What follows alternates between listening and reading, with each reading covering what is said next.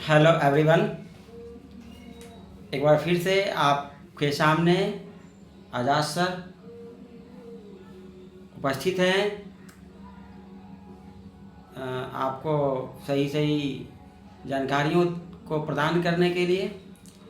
अब आप बिहार बोर्ड के 10वीं वर्ग के आज संस्कृत का अध्ययन करेंगे। बिहार बोर्ड में 10वीं वर्ग के अंतर्गत जो संस्कृत का प्रथम अध्याय है वह है मंगलम पाठ। मंगलम पाठ जो वैदिक वांग्मय उपनिषद से लिया गया है। वैदिक वांग्मय उपनिषद के अंतिम भाग दर्शन शास्त्र से लिया गया है।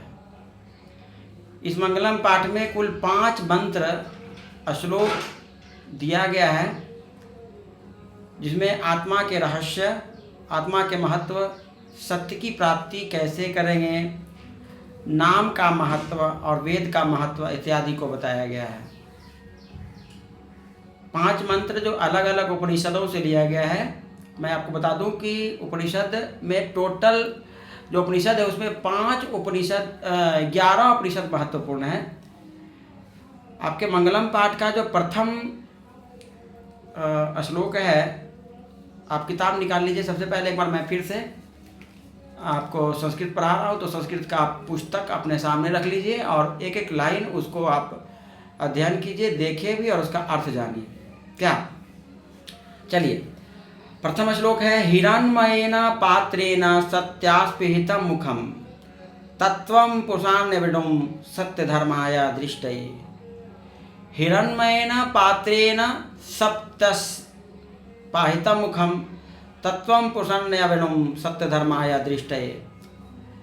यानी इसमें सत्य की महत्व को बताते हुए कहा गया है, सत्य उस पात्र में स्थित है जो सोने की पात्र है, और उसके ऊपर सत्य की जो पात्र है उसके ऊपर सोने का आवरण से वह पात्र ढका हुआ है।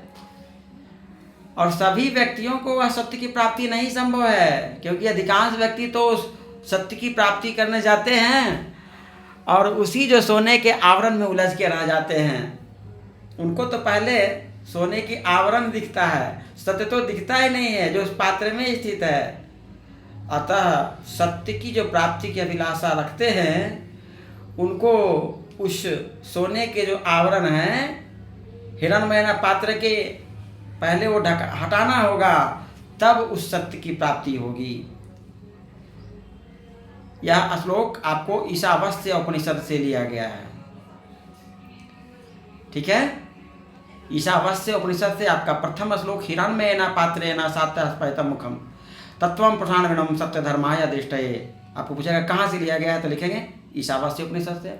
चलिए, आपके पास दूसरा मंत्र है अनोरणयानं महतो मह्यानं आत्मास्य जंतो निर्तोम गुह्याम तम्रकृत्रो पश्यति वितशोको धातु प्रसाद मानवम नात्मात्माना। यानी आत्मा क्या है? आत्मा अणु से भी सूक्ष्म है, सूक्ष्म से भी सूक्ष्म। अणु सबसे सूक्ष्म होता है पदार्थ का सूक्ष्म कण, तो आत्मा सूक्ष्म से भी सूक्ष्म है और महान से भी महान है, बहुत महान है आत्मा। और ये स्थित कहाँ होता है? प्रत्येक जंतु के हृदय रूपी गुफा में स्थित होता है। आत्मा सभी जंतुओं के हृदय रूपी गुफा में स्थित होता है। प्रश्न पूछा जाएगा कि आत्मा कहाँ स्थित होता है, तो लिखेंगे मनुष्य के हृदय रूपी गुफा में। और जो व्यक्ति शोक रहित तो होता है, शोक रहित व्यक्ति, विभिन्न प्रकार के अवगुणों से मुक्त व्यक्ति उस आत्मा को देख पाता है, उसके रहस्य को जान पाता है, और वही शोक रहित ज्ञानी व्यक्ति आत्मा को सही प्राप्त कर सकता है, उसके रहस्य को जान पाता है। यह दूसरा श्लोक आपको कठोपनिषद से लिया गया है। पूछा जाएगा कि अनोरणयानां महतो मह्यानं मंत्र जो है मंगलम पाठ का, वो कहाँ से लिया गया है, तो आप बोलिएगा कठोपनिषद से। ठीक है, चलिए किताब आपके सामने लाइन बाय लाइन देखिएगा। तीसरा मंत्र है सत्यमेव जयते, जो हमारा राष्ट्रीय वाक्य है, भारत का राष्ट्रीय वाक्य, ध्यान दीजिएगा। तीसरा मंत्र सत्यमेव जयते नानृतम सत्येन पंथा विदितो देवयान येनाकृतमन्तस्यो हाप्तकामा यत्र तत्र सत्यस्य परम निधानम। यानी सत्य में वजयते, सत्य की जीत होती है, ना कि अनृतम यानी मिथ्या की जीत कभी नहीं होती है, हमेशा सत्य की जीत होती है। सत्य का मार्ग में हमें बाधा पहुंच सकता है लेकिन मंजिल की प्राप्ति जरूर होगी, और अनृतम मिथ्या की तो की कभी जीत हो ही नहीं सकती है। सत्येन पंथता वितयो देवयान, जो व्यक्ति सत्य के पथ पर चलता है हमेशा वही दैवत्व की प्राप्ति करती है, परम पद को प्राप्त करता है, अपने लक्ष्य को प्राप्त करता है। अतः ये नाक्रमत्यो हप्तकामा यत्र तत्र सत्यस्यम परम निधानम, अतः हमें परम निधान को प्राप्त करना है, परम लक्ष्य को प्राप्त करना है, तो हमें कभी भी अपने सत्य की लक्ष्य पर से विचलित नहीं होना चाहिए, सत्य के पथ पर हमें अग्रसर रहना चाहिए। यही परम निधान का प्रमुख साधन है। यह उपनिषद भी मुंडक उपनिषद से लिया गया है। तीसरा मंत्र मुंडक उपनिषद। चतुर्थ मंत्र आपके सामने है, चलिए नोट कीजिएगा। यथा नद्यः स्यन्दमाना समुद्रे अस्तम गच्छन्ति नाम रूपे विहाय तथा विद्वान नाम रूपादमे उक्तम परात् परम पुरुषमुपैति दिव्यम। क्या?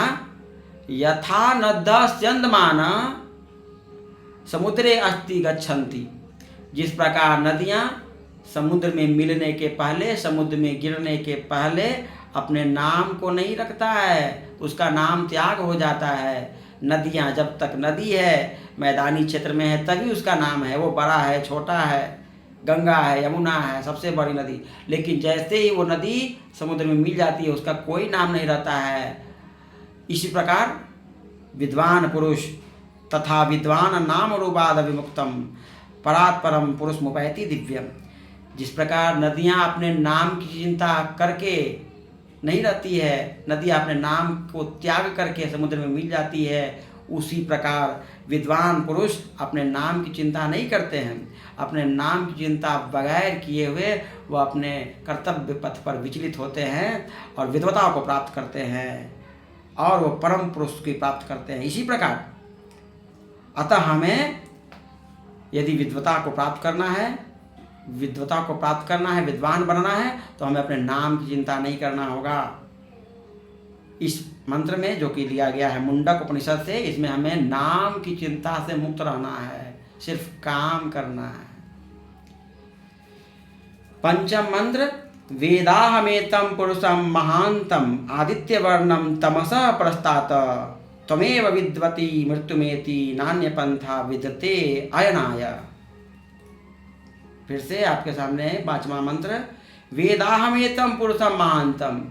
वेद की महत्व जानने वाले पुरुष ही परम ज्ञानी होते हैं, महान होते हैं। आदित्य वर्ण तमसा प्रताप, वो अंधकार को हटा करके प्रकाश की ओर जाते हैं। वेद की महत्व यही है।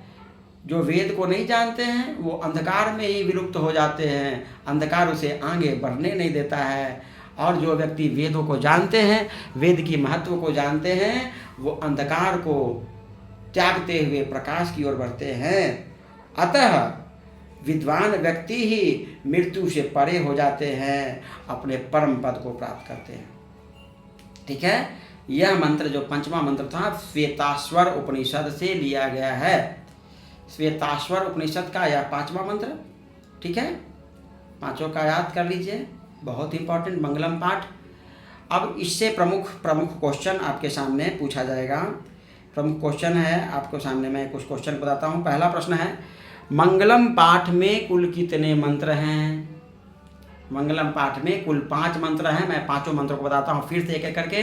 प्रथम मंत्र है हिरण्मयेन पात्रेण सत्यास्पदं मुखम तत्वं पुराणं सत्य धर्माय दिष्टये, ईशावास्य उपनिषद से। दूसरा मंत्र है अनोरण्यानां महतोमयानं तम आत्माश्यम जंतो निहतां गुह्य तमृकृत्रो पश्यति वितशोके धातु प्रसाद महात्मानं, कठोपनिषद से। तीसरा मंत्र है जो कि हमारा राष्ट्रीय वाक्य है सत्यमेव जयते नानृतं सत्येन पंथता वितयो न देवयान येनात्मकृतम् अस्यो हाप्तकामा यत्र तत्र सत्यस्य परम निधानम, मुंडक उपनिषद से लिया गया है। चौथा मंत्र यथा नद्यः स्यन्दमाना समुद्रे अस्तं गच्छन्ति नाम रूपे विहाय तथा विद्वान नाम रूपाद उत्तम परात् परम पुरुषमुपैति दिव्यम। यह मुंडक उपनिषद से लिया गया है। और 5वां मंत्र जो कि अंतिम मंगलम पाठ का, वेदाहमेतम पुरुषम महांतम आदित्य वर्णम तमसा प्रसाता तमेव विद्वाति मृत्युमेति नान्यं पंथाम विदते अनयाया। श्वेताश्वर उपनिषद से 5 मंत्र। मंगलम पाठ में कुल कितने मंत्र हैं? 5 मंत्र, याद रखिएगा, बहुत इंपॉर्टेंट प्रश्न। दूसरा प्रश्न है कि सत्य का मुख किस पात्र से ढका हुआ है? हिरण्मयेन पात्रेण। सत्य का मुख किस चीज से ढका हुआ है? हिरण्मयेन पात्रेण, यानी कि सोने के पात्र से, सोने के आवरण से ढका हुआ है।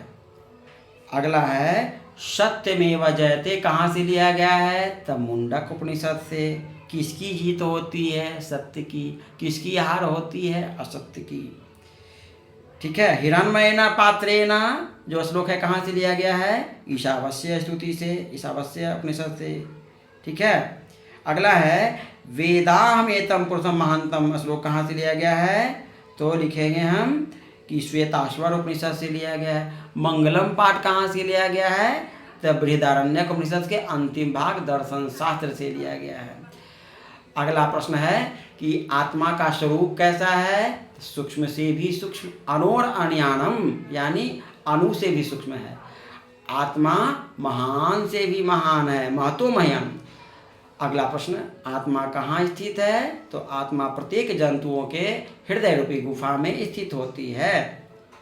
देवत्व को कौन प्राप्त करता है? तो जो सत्य के पथ पर चलता है।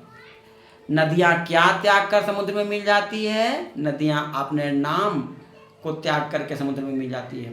विद्वान पुरुष किसकी चिंता करती है? तो विद्वान नाम रूपाद विमुक्ता, विद्वान व्यक्ति अपने नाम से विमुक्त होते हैं। ठीक है, चलिए आज इतना ही। मंगलम पाठ का यह 5वें श्लोक का अर्थ हमने बताया और इससे प्रमुख प्रश्नों को मैंने बताया। ऐसे ही अगले पाठ को प्राप्त करने के लिए एक बार फिर से ध्यान दीजिए, आप मेरे चैनल को अभी तक नए हैं या देखे भी हैं, अभी तक सब्सक्राइब नहीं किए हैं, तो जल्दी से सब्सक्राइब कर डालिए। अगला टॉपिक आपको सब्सक्राइब करने के बाद ही सीधे आपके पास पहुंचेगा। आप चैनल को सब्सक्राइब कीजिए, व्यू कीजिए। धन्यवाद।